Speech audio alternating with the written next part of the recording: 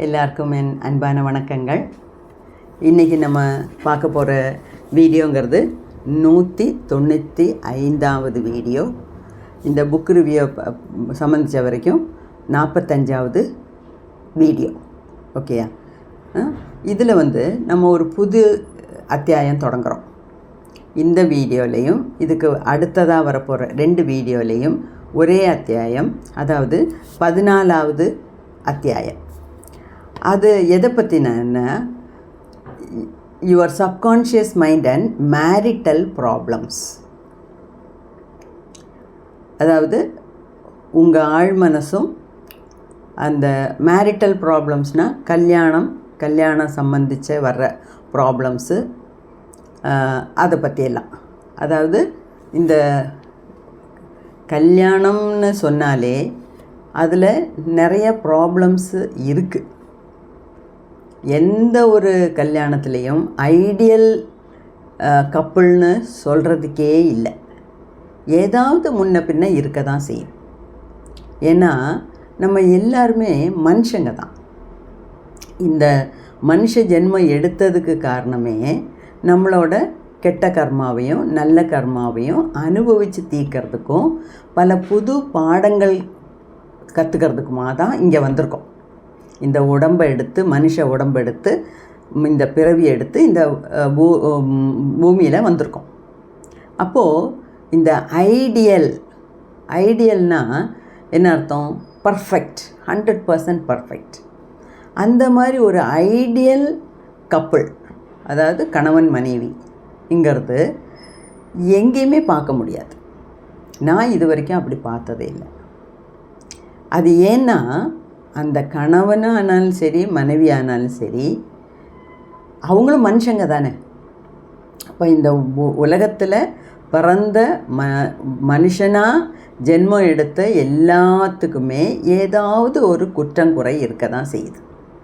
அதனால தான் நம்ம மனுஷனாக திருப்பியும் பிறவி எடுத்திருக்கோம். அப்படி இருக்கும்போது ஒரு கல்யாணங்கிற ஒரு கட்டுக்கோப்பில் வர்ற ஒரு ஆணுக்கும் பெண்ணுக்கும் கிடைக்கிற ஒரு வாழ்க்கை, சேர்ந்து வாழக்கூடிய, ஒரே கூரைக்கடியில், அதாவது ஒரே வீட்டில் சேர்ந்து வாழக்கூடிய ஒரு பர்மிஷன் கிடைக்கிது. ஒன்று கிடைக்கிது, இல்லைன்னா அவங்களா எடுத்துக்கிறாங்க, வாட் எவர் இட் இஸ். அப்போது ஒரு ஆணும் பெண்ணும் இணைஞ்சு வாழ்க்கை நடத்தும்போது அவங்க அப்படியே ஐடியலாக இருக்க தம்பதிகள்னு நம்மளால் சொல்லவே முடியாது. அப்போது குறையும் நிறையும் இருக்க தான் செய்யும். அதை நிறைய பேர் புரிஞ்சுக்கிட்டு இப்படி தான் வாழ்க்கையை நடத்திட்டு வராங்க.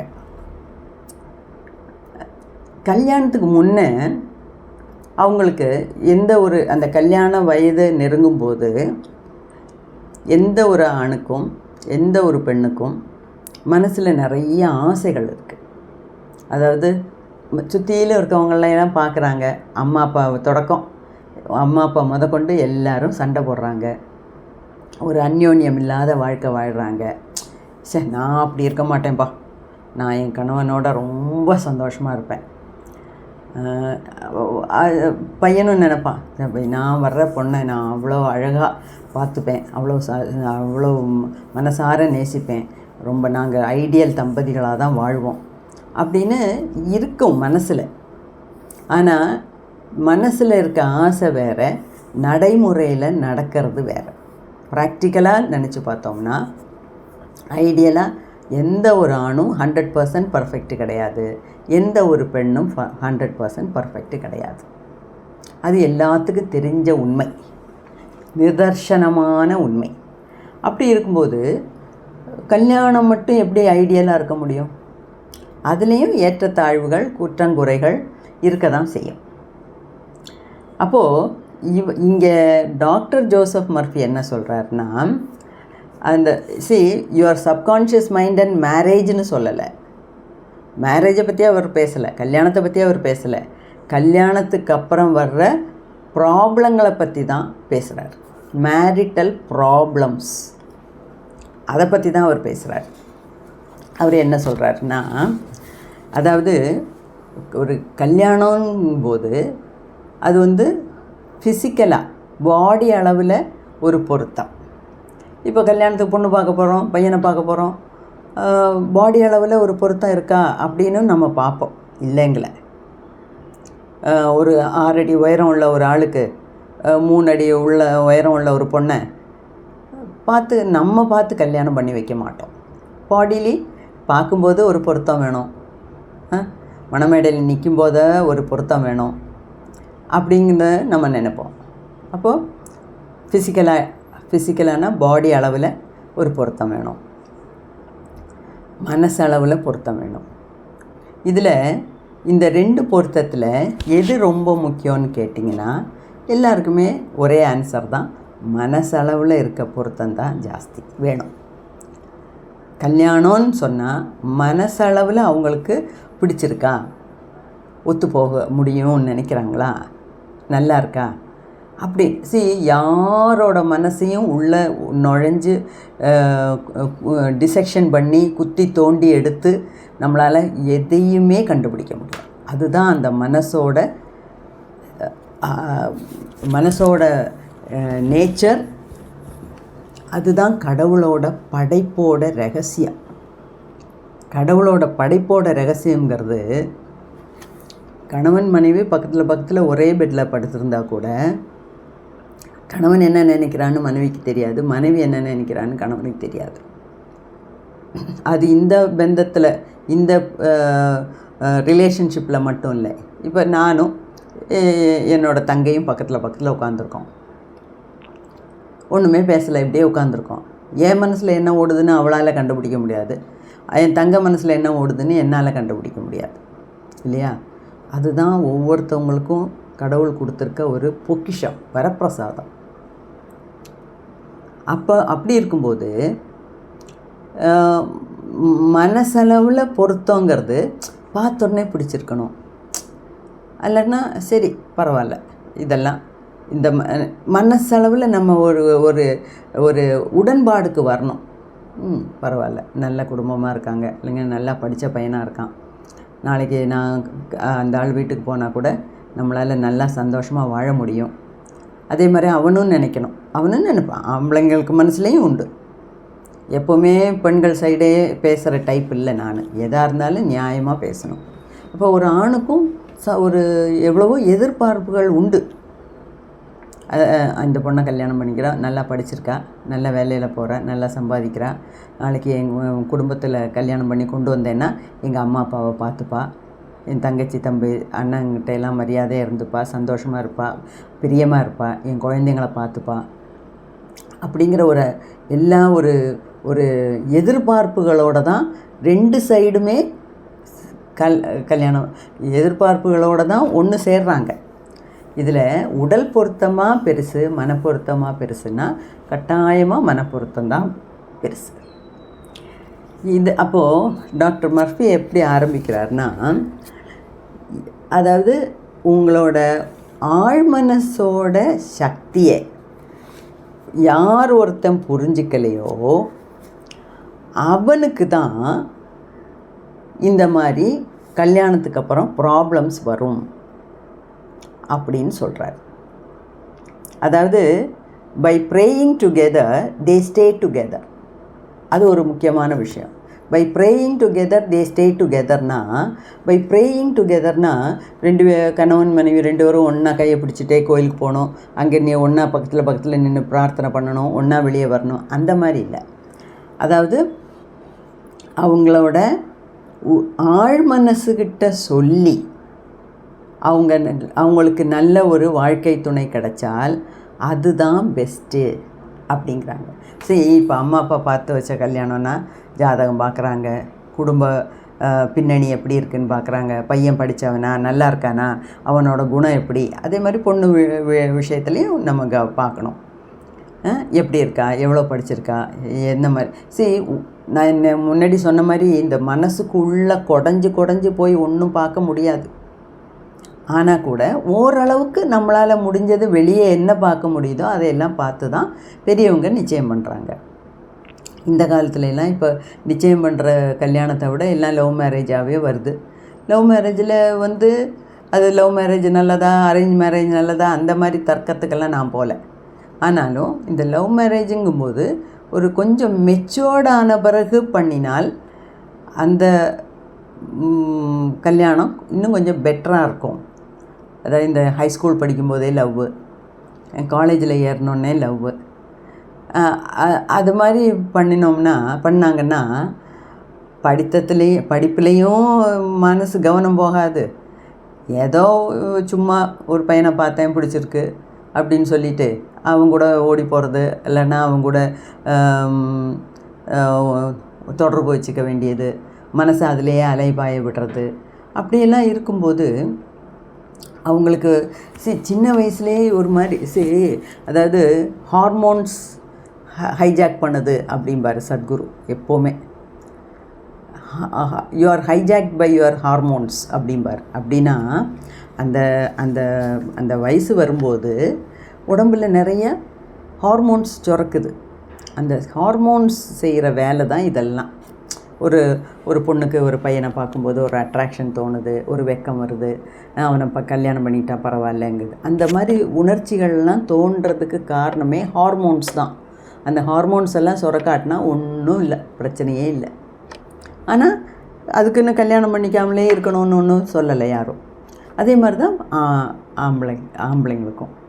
அப்போது இதெல்லாம் பார்த்து பண்ணும்போது பொருத்தங்கள்லாம் பார்க்குறோம். இதில் மெயினாக என்னென்னா, ஒரு கல்யாணம்னு சொல்லும்போது ஒரு ஃபிசிக்கல் பாடியோட அட்ராக்ஷன் மட்டும் கிடையாது, மனப்பொருத்தமும் வேணும். இது ரெண்டையும் இங்கே சொல்லியிருக்கார். இன்னொரு விஷயமும் நான் சொல்லுவேன். அது நான் முதல்ல சத்குரு பேசின ஒரு வீடியோவிலேருந்து தான் நான் கற்றுக்கிட்டேன்.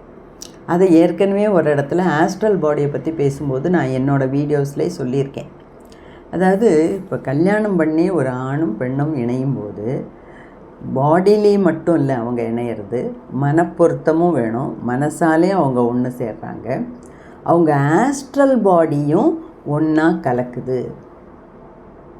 அந்த ஆஸ்ட்ரல் பாடி ஒன்றா கலக்குதுங்கிறது அந்த ஃபிசிக்கல் இன்டிமேஷனில் ஆஸ்ட்ரல் பாடி கூட அப்படியே ஒன்றுக்கு ஒன்று இணையுது. சத்குரு எந்த அர்த்தத்தில் சொன்னார்னா, அதாவது ஒருத்தனுக்கு ஒருத்தி, இல்லைன்னா ஒருத்திக்கு ஒருத்தன்கிற முறையில் தான் வாழணும். அப்படி இல்லைன்னா ஒரு ஆள் பல பெண்களோட தகாத உறவுகள் வச்சிட்டு இருந்தான்னா, இல்லைன்னா ஒரு பொண்ணு 2-3 ஆம்பளைங்களோட எல்லாம் பழகிட்டு இருந்தான்னா, அந்த எத்தனை பேரோட இவ படுக்கையை பகிர்ந்துக்கிறாங்களோ அத்தனை பேரோட ஆஸ்ட்ரல் பாடியும் இந்த லேடியோட இல்லைன்னா அந்த ஆளோட ஆஸ்ட்ரல் பாடியோட சேர்ந்து கலந்து ஒரு மாதிரி கண்ணா பின்னான்னு ஆகிடும். அது நல்லதுக்கு இல்லை அப்படிங்கிறார். இப்போது எத்தனையோ ப்ரொடெக்ஷன் மெத்தடெல்லாம் வருது. நிறைய பேர் எல்லாம் இப்போ ஹைஸ்கூல் பசங்களுக்கே அதெல்லாம் தெரிஞ்சிருக்கு, எல்லாம் செய்கிறாங்க, எல்லாம் ஓகே. இப்போ ஓகே சொல்லாமல் ஒன்றும் செய்ய முடியல, அப்படி போகுது காலம். ஆனால் கூட இந்த ஆஸ்ட்ரல் பாடி கலக்கிறதுங்கிறது அது நம்மளை ரொம்பவே பாதிக்கும். இப்போது மார்கழி மாதத்தில் நம்ம கோலம் போடுறோம். மார்கழி மாதத்துல ஏன் பெரிய கோலம் போடுறோம்? தை பொங்கலுக்கு போடுறோம்.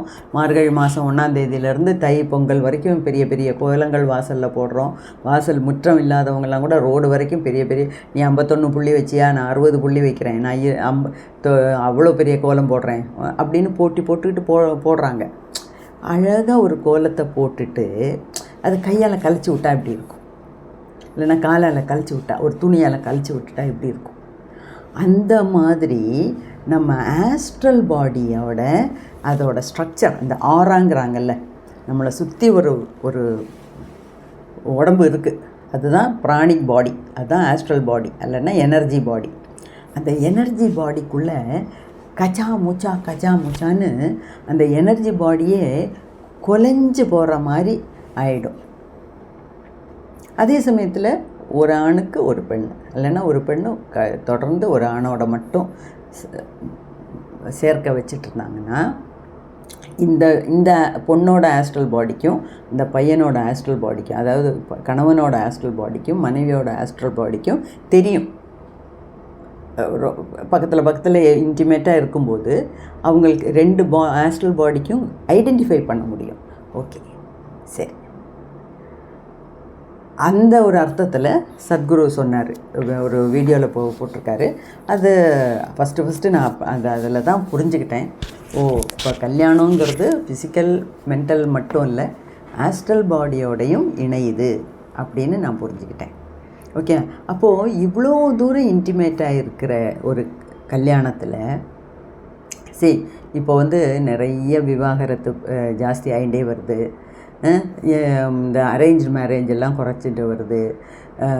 லவ் மேரேஜ்னு சொல்லி இந்த ஹைஸ்கூல் பசங்கள்லேருந்து ஆரம்பிக்குது. இப்போ நிறைய விஷயங்கள், அதை பற்றி ஒன்றும் அலசி ஆராயறதுக்காக நான் இங்கே இல்லை. நான் மெயினாக இவர் என்ன சொல்ல வர்றாருங்கிறத தான் சொல்கிறேன். ஆனாலும் சில விஷயங்கள் என்னால் சொல்லாமல் இருக்க முடியல. அந்த மாதிரி தான் இந்த ஆஸ்ட்ரல் பாடியை பற்றியெல்லாம் நான் கொஞ்சம் உங்களோட ஷேர் பண்ணிக்கிறேன். ஸோ இவர் என்ன சொல்கிறாரு, யாருக்கு அவனவனோட ஆழ்மனசோட சக்தியை தெரியலையோ அவனுக்கு தான் இந்த மேரிட்டல் ப்ராப்ளம்ஸ், கல்யாணம் பண்ணதுக்கப்புறம் ப்ராப்ளம்ஸ் வருது. அப்படின்னா என்ன அர்த்தம்? அந்த ப்ராப்ளம்ஸு வராமல் இருக்கிறதுக்கு உண்டான பரிகாரம் அது முன்கூட்டியே நம்ம தெரிஞ்சுக்கணும். எப்படி தெரிஞ்சுக்கணும்? நம்ம ஆழ் மனசுக்கிட்ட தான் நம்ம பேசி அதை ரெடி பண்ணணும் அப்படின்னு சொல்கிறார். அது என்னன்னு பார்ப்போம். அதுதான் நமக்கு தெரிய வேண்டியது. ஓகேயா? The meaning of marriage.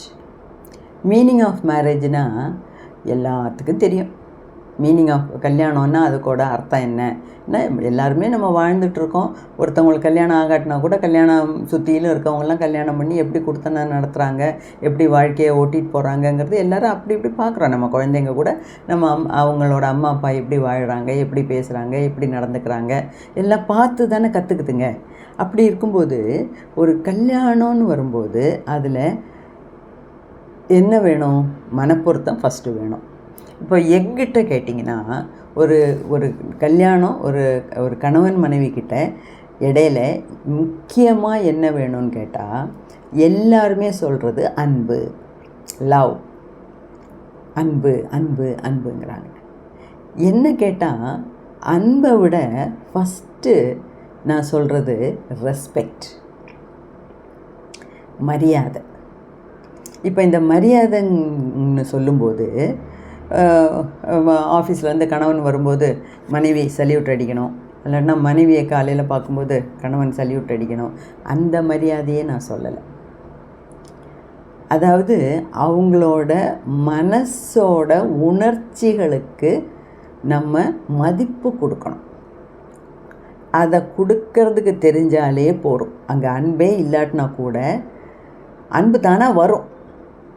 அப்போ அன்பை விட என்னை பொறுத்த வரைக்கும் நான் சொல்கிறது அன்பு தானாக வந்துடும். ரெண்டாவது ஃபஸ்ட்டு வேணுங்கிறது ஒரு ஒரு ஒரு கணவனோட மனசோட உணர்ச்சிகளுக்கு மதிப்பு கொடுக்க மனைவிக்கு தெரியணும். அதே போல் மனைவியோட உணர்ச்சிகளுக்கு மதிப்பு கொடுக்க தெரியணும். அந்த ஒரு ரெஸ்பெக்ட் இருந்ததுனாலே அந்த வாழ்க்கை அவங்க 2 பேருக்கும் இடையில உள்ள மன வாழ்க்கை நல்லபடியாக போகும் அப்படிங்கிறது என்னோட கருத்து. ஏன்னா இந்த சண்டை சச்சரவு, நான் பெருசா நீ பெருசா, எங்கள் அம்மா உங்கள் அம்மா, என் மாமியார் ஓ மாமியார், இந்த மாதிரி நாத்தனார் மச்சினை, இந்த மாதிரி சண்டை சச்சரவெல்லாம் வர்றதுக்கு காரணமே டிஃப்ரென்ஸ் ஆஃப் ஒப்பீனியன் வர்றதுக்கு காரணம் ஒருத்தவங்க மற்றவங்களோட உணர்ச்சிகளுக்கு மதிப்பு கொடுக்க மாட்டேங்கிறாங்க. அப்போ தான் என் ஆளுங்க வேறு ஓ ஆளுங்க வேறு அப்படிங்கிற ஒரு தப்பான எண்ணம் வருது. ஓகே, அதனால தான் நான் சொல்கிறேன் அன்பு இல்லாட்டினா கூட எப்படியாவது நம்ம வாழ்ந்துடலாம். ஆனால் நமக்கு பெருசாக அன்பு அன்புன்னு சொல்லி என்ன ஐ லவ் யூன்னு தினமும் சொல்லிக்கிட்டே இருக்கணுமா? தினமும் மெசேஜ் போட்டுக்கிட்டே இருக்கணுமா? தேவையில்லை. அது நான் சொல்லலை. அது இவர் எங்கள் அம்மாவுக்கு உடம்பு சரியில்லை, நீ கொஞ்சம் ஹாஸ்பிட்டலுக்கு கூட்டிகிட்டு போ அப்படின்னு கணவன் சொல்லிட்டு போனான்னா நான் ஏன் உங்கள் அம்மாவை பார்த்துக்கணும்? உங்கள் அம்மா தான் என்கிட்ட சதா சண்டை போட்டுட்ருக்காங்களே அப்படின்னு சொல்லாமல், சரி அவங்க சண்டை போடுறாங்க, அவங்க ஏதாவது குத்தங்க சொல்லிகிட்டே இருக்காங்கன்னா அவங்க வயசாகிடுச்சு, அவங்களுக்கு அவங்க மாமியார் எப்படி பார்த்தாங்களோ அந்த மாதிரி தானே நம்மளையும் பார்ப்பாங்க. அதனால் சரி விடு. சரி உண்மையிலே நீ உங்களோட கணவனை மதிச்சேன்னா அவரோட பேச்சுக்கு நீ அவரோட உணர்ச்சிக்கு மதிப்பு கொடுக்கணும். உங்கள் மாமியாரை நீ உண்மையிலே லைக் பண்ணுறியோ இல்லையோ, விரும்புகிறியோ இல்லையோ, மதிக்கிறியோ இல்லையோ, அவர் சொன்னதுக்காகவாது நீ அதை செய்யணும். அதே மாதிரி மனைவியோட ஃபீலிங்ஸை ஒரு கணவன் மதிக்கணும். நான் எங்கள் அம்மாவை தான் நான் பெருசாக பார்த்துப்பேன், எங்கள் அம்மா எனக்கு பெருசு, ஆனால் உங்கள் அம்மாலாம் நீ தான் கல்யாணம் பண்ணி வந்துட்டல, நீ ஏன் உங்கள் அம்மாவை பார்த்துக்கணும், உங்கள் அண்ணன் இல்லையா, உன் தம்பி இல்லையா, நீ எதுக்கு போய் பார்க்கணும்? அப்போ அந்த பொண்ணோட மனசு எவ்வளோ வேதனைப்படும். அதுதான் அந்த உணர்ச்சிக்கு மதிப்பு கொடுக்கணுங்கிறது தான் என்னோடய ஃபீலிங்ஸ். அப்படி ஒருத்தருக்கு ஒருத்தர் உணர்ச்சியை புரிஞ்சுக்கிட்டு மதிப்பு கொடுத்து வந்தாலே தானாகவே அன்பு ஜாஸ்தி ஆகும் இல்லையா? அதுதான் என்னோடய பாயிண்ட். அப்போது இப்போ ஒரு மேரேஜுன்னு சொல்லிட்டா அதில் ஆனஸ்டி வேணும், சத்தியசந்தமாக இருக்கணும். சத்தியசந்தம்னா என்ன? சத்தியமாக ஒரு கணவன் மனைவியாக கடைசி வரைக்கும் நம்ம வாழணும் அப்படிங்கிறது. அதே மாதிரி அந்த அந்த அந்த வாழணுங்கிற ஒரு ஆசை அடிமனசுலேருந்து வரணும், ஆத்மார்த்தமாக இருக்கணும், ஆனஸ்டியாக இருக்கணும், சின்சியராக இருக்கணும். சும்மா ஷோவுக்காக மற்றவங்களுக்காக வாழ்ந்து பிரயோஜனம் இல்லை. அதாவது அதோட நியாயம், நீதி, தர்மம், அதோட முழுமை, சம்பூர்ணதா அதெல்லாம் பார்த்துட்டு தான். அதே மாதிரி ஒரு பாதுகாப்பு, ஒரு கணவனை பொறுத்த வரைக்கும் மனைவி ஒரு பாதுகாப்பு. நான் எங்கே வேணாலும் படுத்துப்பேன், நான் ஒரு லங்கோடு கட்டிட்டு ரோட்டில் திரிவேன், எனக்கு எதுக்கு பாதுகாப்பு அப்படியெல்லாம் சொல்லி பிரயோஜனம் இல்லை. ஆம்பளைக்கும் ஒரு ப்ரொடெக்ஷன் வேணும். மனசு கஷ்டமாக வெளிலனா ஆஃபீஸில் ஏதோ சண்டை ஒரு மெமோ வாங்கிட்டு வந்திருக்காருன்னா முகம் வாடி இருக்குங்கும்போது ஏங்க என்னாச்சு அப்படின்னு கேட்குறதுக்கு தான் ஒய்ஃப் கேட்க மாட்டாங்களான்னு அவரோட மனசு ஏங்கும். ஓகே, அப்போது அந்த செக்யூரிட்டினா உன் கையில் நான் சந்தோஷமாக இருக்கேன், நான் பாதுகாப்பாக இருக்கேன், என் கையில் நீ பாதுகாப்பாக இருக்க, அந்த பாதுகாப்பு செக்யூரிட்டிங்கிறது ரொம்ப முக்கியம். செக்யூரிட்டி இல்லாத ஒருத்தனோட எப்படி நம்ம வாழ முடியும்? எப்படி பிள்ளை பெற்றுக்க முடியும்? என்னையும் பார்த்துக்கல, என் பசங்களை மட்டும் இவன் பார்த்துப்பான்னு என்ன நிச்சயம் அப்படின்னு தோணும் இல்லையா? ஸோ இதெல்லாம் சேர்ந்தது தான் ஒரு வாழ்க்கை. அப்போ மீனிங் ஆஃப் மேரேஜ் என்னன்னு சொல்லிட்டார், நமக்கும் தெரியும். இதில் புதுசாக ஒன்றும் சொல்லலை. அப்போது அவர் புதுசாக என்ன சொல்ல வர்றாருன்னா, how to attract the ideal husband, how to attract an ideal wife, அதைத்தான் இங்கே சொல்கிறார். இதுதான் நமக்கு புதுசாக இங்கே பார்க்க வேண்டியது. இதை எப்படி அட்ராக்ட் பண்ணணுன்னா அவரோட பாணியிலே சொல்கிறார். டாக்டர் ஜோசப் மர்ஃபியோட பாணியில் சொல்ல போனால் அவர் என்ன சொல்கிறாருன்னா, கல்யாணத்துக்கு முன்னாடியே ஒரு ஆணாக இருந்தாலும் சரி, ஒரு பெண்ணாக இருந்தாலும் சரி, அவங்கவுங்க ஆழ் மனசுக்கிட்ட பேசணும். ஆழ் மனசுகிட்ட பேசும்போது எனக்கு ஒரு ஆணாக இருந்தால் எனக்கு இந்த மாதிரி மனைவி வேணும், அவளுக்கு இந்த குணங்களெல்லாம் வேணும். ஏன்னா ஒவ்வொருத்தவங்களுக்கும் எல்லாத்துக்கும் நல்ல வழியாக வாழ்க்கை வாழணுங்கிறது ஒரு காமன் ஆசை. ஆனால் அதுலேயே பல பேரமீட்டர்ஸ் இருக்குது, பல விதங்களில். சில லேடிஸ்க்கு நல்ல வாட்ட சாட்டமாக ஹெஃப்டியாக நல்லா முறுக்கு மீசையோட வாட்ட சாட்டமாக இருக்கணும், நல்ல ஃபிசிக்கல் ஹெல்த்து வேணும், நல்ல இதாக இருக்கணும். சிலவங்க கொஞ்சம் நோஞ்சானா இருந்தாலும் பரவாயில்ல, நல்லா படிச்சிருக்கணும். சிலவங்க படிக்காட்டினாலும் பரவாயில்ல, இவன் என்ன குத்துச்சண்டைக்காக போகிறான், காசு சம்பாதிச்சிட்டு வந்தால் போகிறோம். ஏன்னா என் வீட்டில் இப்போ 25 வயசில் எனக்கு கல்யாணம் ஆச்சுன்னா என் வீட்டில் 25 வருஷமும் நான் கஷ்டப்பட்டேன். காசு இல்லாமல் நாங்கள் கஷ்டப்பட்டோம். ரொம்ப தாரித்திரியமான வாழ்க்கை வாழ்ந்தோம். இவங்க போகிற இடத்துலையாவது நம்ம சந்தோஷமாக வாழலாம்.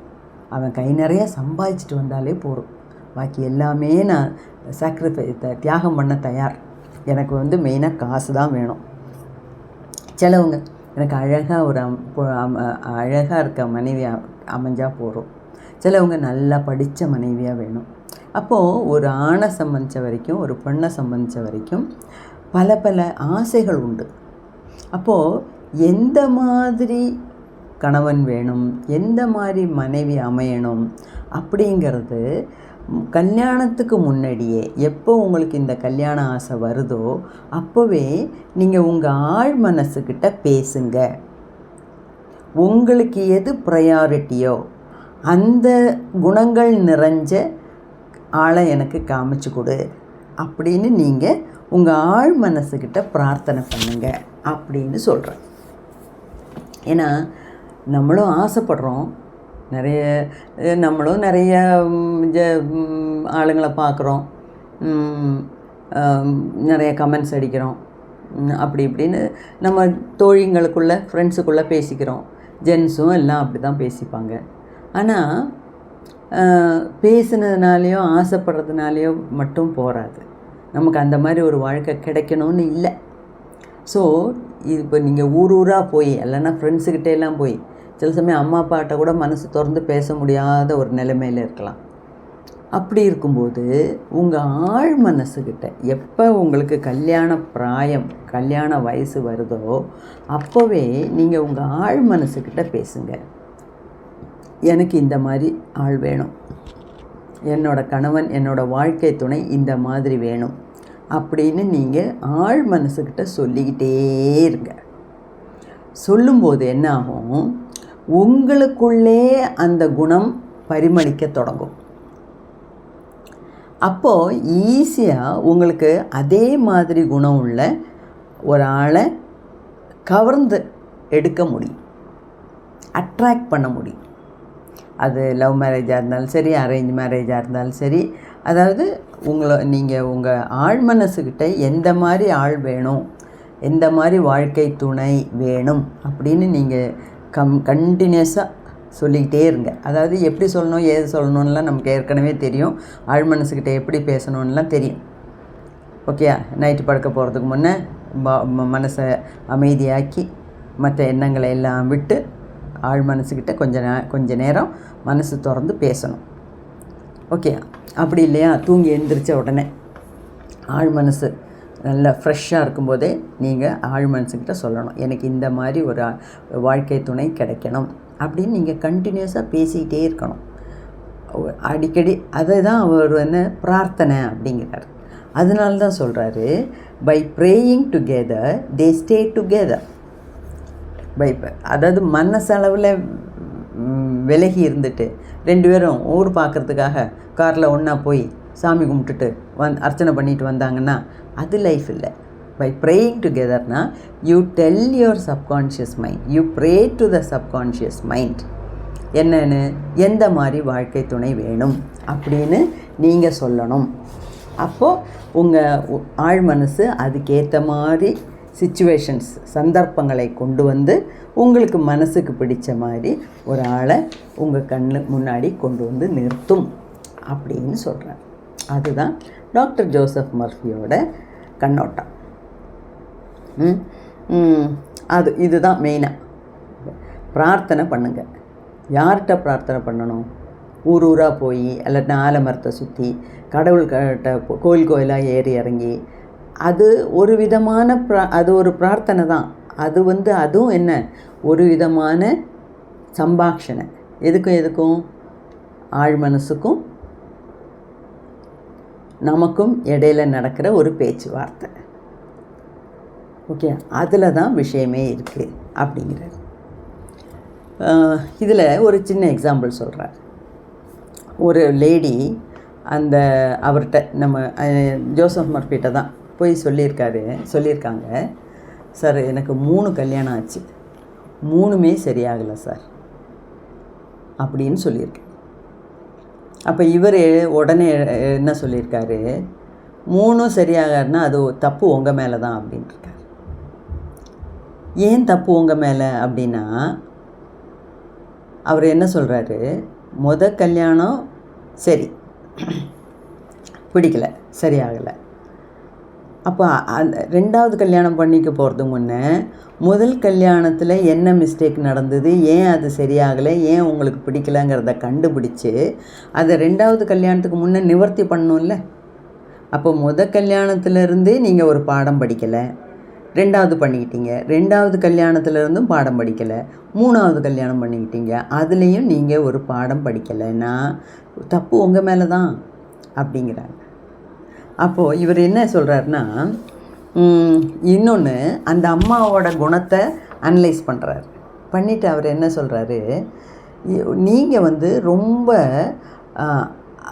டாமினேட்டிங் டைப் அப்படிங்கிறாரு. டாமினேட்டிங் டைப்னால் ரொம்ப அதிகாரம் பண்ணுற டைப்பு நீங்கள்.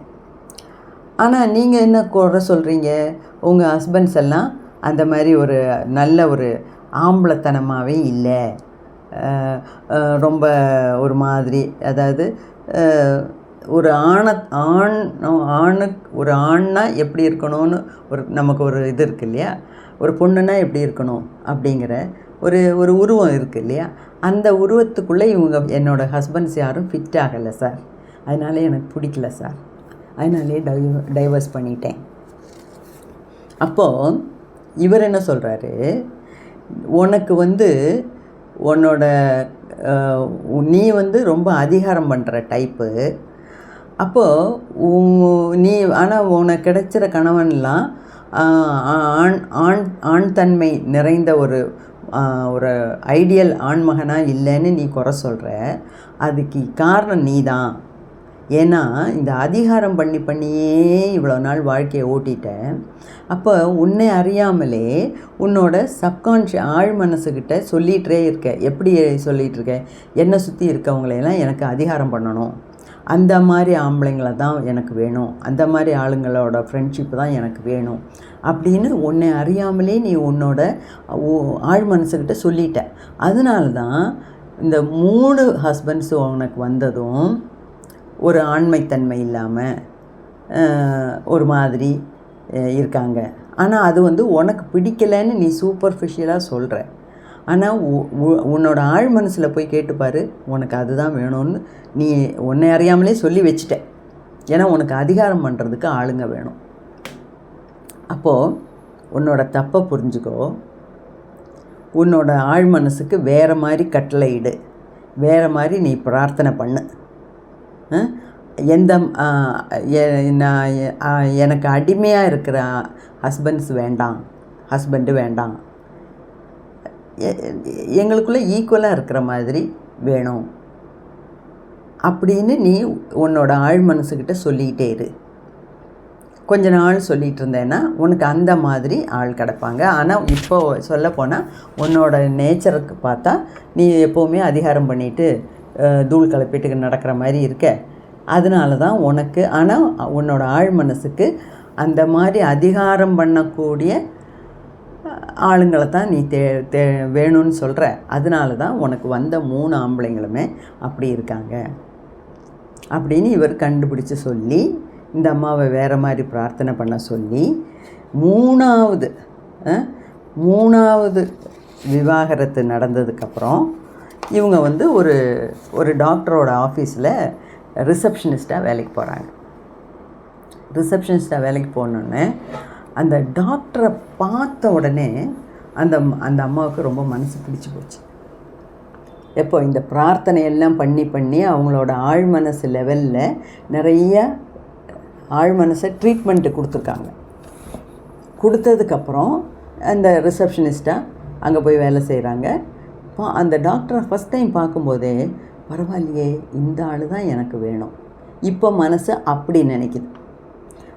அவங்க என்ன சொல்கிறாங்க, திஸ் ஃபிசிஷியன். அதே மாதிரி அந்த டாக்டருக்கும் இந்த அம்மாவை பார்த்தோன்னே பிடிச்சி போச்சு. ஒரு வாரத்தில் அந்த டாக்டர் இந்த அம்மாட்ட நம்ம கல்யாணம் பண்ணிக்கலாமான்னு ப்ரொப்போஸ் பண்ணியிருக்கார். அப்போது இவங்க என்ன சொல்கிறாங்க, ப்ரப்போஸ் பண்ணாங்க, பண்ணார், இவங்க கல்யாணம் பண்ணிக்கிட்டாங்க. இப்போ 2 பேரும் நல்ல சந்தோஷமாக வாழ்கிறாங்க. அப்போ அவங்க என்ன சொல்கிறாங்கன்னா, இந்த டாக்டரு இந்த பாசிவ் இல்லைன்னா சப்மிசிவ் டைப் கிடையாது. அதாவது அடங்கி போகிற டைப்பு கிடையாது. எப்போ பாரு ஒரு சாமர்த்தியம் இல்லாமல் சொல்லதெல்லாம் கேட்டுக்கிட்டு அடங்கி போகிற அடிமைத்தனமான வாழ்க்கை வாழ்கிற டைப் இல்லை இந்த டாக்டர். ஏன்னா அவர் உண்மையிலே ஒரு ஆம்பளை. எப்படின்னா, அவர் நல்ல ஃபுட்பால் பிளேயர், நல்ல ஆத்லெட்டு, உடம்புவாகவும் நல்லா இருக்குது, இப்போ மனசும் நல்லா இருக்குது. அது மட்டும் இல்லை, நல்லா ஆழமாக கடவுள் பக்தி இருக்குது, ஸ்பிரிச்சுவல் மேனாக இருக்கார், எல்லா விதத்துலேயும் நல்ல ஆளாக இருக்கார். இதுதான் எனக்கு வேணும், இந்த மாதிரி ஆள் தான் வேணும் அப்படின்னு இவங்களுக்கு பார்த்தோன்னே அவரை பிடிச்சி போச்சு. அவருக்கும் இவங்களை பார்த்தோன்னே பிடிச்சி போச்சு. அப்போது அந்த சப்மிசிவ் டைப் இல்லை. அதாவது அடிமையாக இந்த கூழ கும்பிடு போட்டு குழஞ்சி நிற்கிற ஆம்பளையே எனக்கு வேண்டாம். ஆனால் அந்த மாதிரி ஆம்பளைங்க தான் எனக்கு வராங்கங்கிறதுக்கு. ஏன்னா அவங்க மனசில் உள்ள அப்படி ஒரு எண்ணம் கிடக்கு. அவங்கள அறியாமலே புறையோடி போன புண்ணுங்கிறாங்களா, அந்த மாதிரி அவங்கள அறியாமலே அவங்க அந்த மாதிரி இன்னொரு விஷயம் சொல்லுவாங்க, உன்னோட ஃப்ரெண்ட்ஸ் எல்லாம் யார், உன்னோட ஃப்ரெண்ட்ஸ் சர்க்கிள் யாருன்னு சொல்லு, நான் உன்னோட குணத்தை சொல்கிறேன் அப்படிம்பாங்க. Tell me who your friends are, I will tell you who you are அப்படிங்கிறது. அதை மாதிரி இவங்களுக்கு அந்த அதிகாரம் பண்ணியே பழக்கமாயிருச்சதுனால அந்த மாதிரி கூழ கும்பிடு போடுற ஆம்பளைங்களை தான் மனசு அட்ராக்ட் பண்ணுது. அதனால தான் இந்த 3 கல்யாணமும் சரியாகலை. இப்போ அவங்க ஒழுங்காக பிரார்த்தனை பண்ணி, நான் அப்படியெல்லாம் இனிமேல் அதிகாரம் பண்ணிட்டுலாம் நடக்க மாட்டேன், எனக்கு ஒரு நல்ல ஒரு ஆம்பளையாக வேணும், இந்த கூழ கும்பிடு போடுற ஆம்பளையெல்லாம் எனக்கு வேண்டாம் அப்படின்னு சொல்லி பிரார்த்தனை பண்ணதுக்கப்புறம் நல்ல ஒரு ஹஸ்பண்டாக கிடச்சிருக்காங்க. இந்த ஹஸ்பண்டோட இவங்க நல்லா வாழ்வாங்க. அப்போ அவங்க என்ன சொல்கிறாங்கன்னா, என்ன மாதிரி ஆள் வேணும் உங்களுக்கு, உங்களோட ப்ரையாரிட்டி என்னன்னு முதல்ல தீர்மானம் பண்ணுங்கள். அழகாக இருக்கணுமா, நிறையா படிச்சிருக்கணுமா, கை நிறைய சம்பாத்தியம் வாங்கிக்கணுமா, இது எல்லாமே நிறைஞ்ச ஒரு ஆம்பளையே கிடைக்கிறது கஷ்டம். அப்போ ஓரளவுக்கு நல்லா படிச்சிருக்காரு, ஒரு ஹைட்டு வெயிட்லாம் இருக்குது, நல்லா இதாக இருக்கார், அன்பாக இருக்காரா, உள்ள தோண்டி மனசுக்கு தோண்டி எதுவும் கல்யாணத்துக்கு முன்னாடி கண்டுபிடிக்கவே முடியாது. ஸோ ஓரளவுக்கு நம்ம பார்க்குறோம். அப்போ எந்த மாதிரி ஆள் வேணுங்கிறத நீங்கள் முதவே உங்கள் ஆழ் மனசுக்கிட்ட சொல்லிட்டீங்கன்னா இந்த மாதிரி கல்யாணத்துக்கு அப்புறம் பிரச்சனைகள் வராது அப்படின்னு சொல்கிறாரு. அப்போது நம்ம ஆழ்மனசை உபயோகித்து நமக்கு நல்ல ஒரு வாழ்க்கை துணையை கூட நம்மளால் பெற முடியும் அப்படிங்கிறத அவர் காமிச்சு கொடுக்குறார். ஓகே, நல்லா புரிஞ்சிருக்குன்னு நினைக்கிறேன். இதில் இப்போ என்னோடய வீடியோ பார்த்துட்டு கல்யாணம் ஆனவங்கெல்லாம் சொல்லுவீங்க, ஏன் மேடம் இதெல்லாம் கொஞ்சம் சீக்கிரமே போடக்கூடாதா, இந்த வீடியோலாம் கல்யாணத்துக்கு முன்னாடியே நான் பார்த்துருந்தேன்னா இது நான் ஒழுங்காக நல்லபடியாக என்னோடய ஆழ் மனசுக்கிட்ட சொல்லி என் மனசுக்கு இஷ்டமான ஒரு ஆளை கொண்டு வர சொல்லியிருப்பேனே அப்படின்னு. அதுக்கு நம்மளால் ஒன்றும் பண்ண முடியாது. இருக்கிறத வச்சு சந்தோஷப்படுங்க, அதுதான் நான் சொல்லுவேன். ஏன்னா நோபடி இஸ் பர்ஃபெக்ட். இருக்கிறத வச்சு சந்தோஷமாக ஆண்டவனே இதாவது எனக்கு கொடுத்தியே போகிறோம் அப்படிங்கிற மாதிரி இருக்கிறத வச்சு மனநிறைவோடு வாழுங்க. கூட கடவுள் நிறைய கொடுப்பார். ஆசைப்படுங்க. வேறு மாதிரி அந்த அடுத்த வீட்டுக்காரனை பார்த்து ஆசைப்படாமல் எனக்கு இப்போ கிடச்சிருக்க வாழ்க்கையில் இன்னும் எப்படி பெட்டராக வாழலாம் அப்படின்னு நீங்கள் கணக்கு போடுங்க, அது நடக்கும். ஓகேயா? நற்பவி நற்பவி நற்பவி.